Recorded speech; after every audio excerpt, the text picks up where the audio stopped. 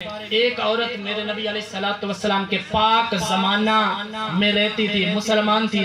اس نے کیا عورت نے جادو سیکھ لیا اور اسے احساس ہوا کہ میں نے تو بہت غلط کر لیا، ایمان ضائع کر لیا تو تباہ و برباد ہوگی۔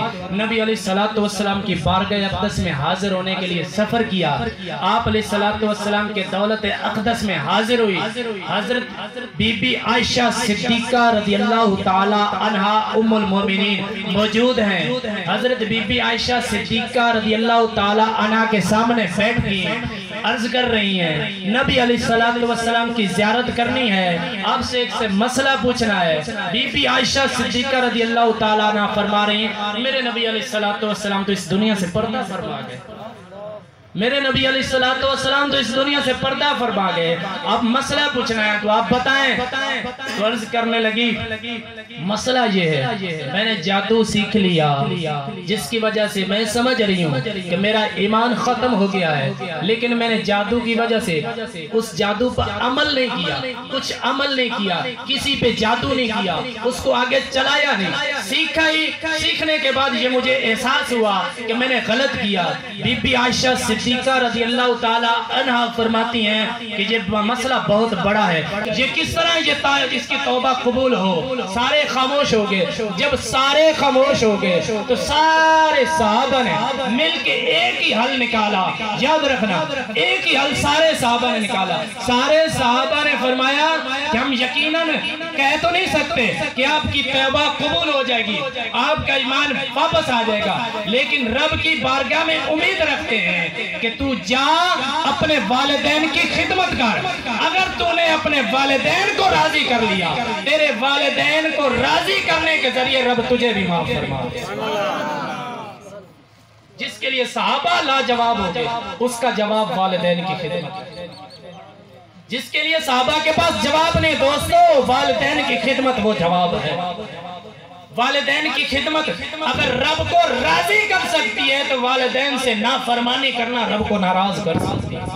رب قرآن میں جس کا حکم، جس کا ادب سکھائے، رب قرآن میں جس کے لیے ادب سکھائے، تقاضے، یار میں آپ کو بولوں فلاں شخص آئے گا، آپ لائن بنا کے کھڑے ہو جانا، آپ اس کا استقبال کرنا، آپ ایسے کرنا، آپ ایسے کرنا، یہ نہیں اس کا ادب و احترام ایسا ہے کہ تھوڑی سی بھی غلطی ہوئی میری انسلٹ ہو سکتی ہے۔ رب فرماتا ہے کہ میں خدا وحدہ لا شریک ہوں، والدین کو وہ مقام عطا کروں گا، اولاد اگر وہ نہ مانے گی تو خدا وحدہ لا شریک پر عیب ٹھہرے گا کہ خدا نے والدین کو مقام کیسا عطا کیا۔ لوگوں کبھی بھی اپنے والدین کو اف تک بھی نہ کہنا، والدین کو اونچی آواز تک بھی نہ کہنا، اگر یہ کہو گے ساری عمر کی نیکیاں تباہ و برباد۔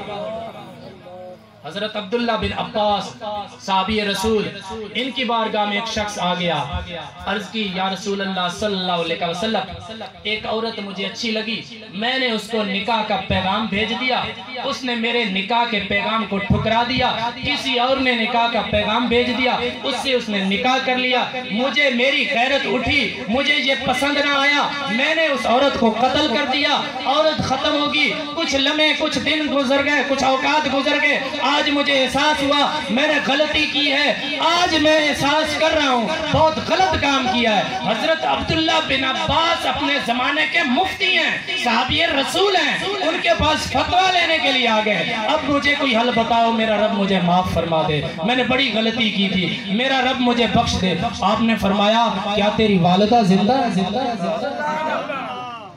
کیا تیری والدہ زندہ؟ عرض کی نہیں۔ تو پھر آپ نے فرمایا جا پھر کوشش کر اپنے رب کو راضی کرنے کی، پھر جا سے وہ راضی ہو۔ راوی کہتا ہے میں پاس بیٹھا تھا، میں نے پوچھا یا حضرت آپ نے یہ جملہ کیوں بولا کہ آپ کی والدہ زندہ ہے؟ اس کا کیا تعلق اس مسئلے سے؟ وہ قتل کر کے آیا تھا، قتل کی معافی چاہتا تھا، اور پھر آپ اس سے پوچھ رہے ہیں آپ کی والدہ زندہ ہے؟ تو حضرت عبداللہ بن عباس فرما رہے ہیں کہ جو میں نے اسلام سیکھا اس کا نچوڑ یہ تھا کہ جتنی شان والدہ کی ہے، والدہ کی خدمت میں جیسے رب راضی ہوتا ہے ایسا کسی بھی طرح رب راضی نہیں ہوتا۔ شاید اس کی والدہ زندہ ہوتی میں اسے یہ حکم دیتا کہ والدہ کی خدمت کر، والدہ تجھے دعا دے، رب تجھے معاف فرما دے۔ دوستو دین اسلام ہمیں یہی سکھاتا ہے والدین کی قدر کرو. آج اگر آپ خود والدین بن گئے تو ذرا اندازہ لگاؤ کس طرح آپ محنت کر رہے ہیں, تگ و دو کر رہے ہیں, حلال و حرام کا فرق ختم کر کے جو چیز بھی ملتی ہے اسے کھینچ رہے ہیں, اپنی اولاد کے لیے اکٹھا کر رہے ہیں. پھر جب آپ اپنی قبر انگاروں سے بھر رہے ہیں اولاد کی خوشی کے لیے, اپنی آخرت خراب کر رہے ہیں اولاد کی خوشی کے لیے, جب یہ بچہ بڑا ہو کے آپ کو سامنے سے بلند آواز سے بولے کیا چوٹ آئے گی تیرے دل پہ؟ رب کو تو بولے گا رب العالمین اسی دن کے لیے تو نے پیدا کیا تھا. دوستو تو یہ رب العالمین فرماتا ہے میں والدین کو وہ مقام دینے والا ہوں. 3 دفعہ والدہ کا مقام ہے, 4تھی دفعہ والد کا مقام ہے. تو دوستو اگر آج بھی احساس ہو گیا ہے کہ ہم سے میرا رب راضی نہیں ہے, رب کو راضی کرنے کی کوشش کرنی ہے. رب راضی کس طرح کرے؟ عبداللہ بن عباس رضی اللہ تعالیٰ عنہ کا فتویٰ یہ ہے کہ اپنے والدین کو راضی کرو, ان سے دعائیں لو, رب العالمین آپ کو معاف کرے.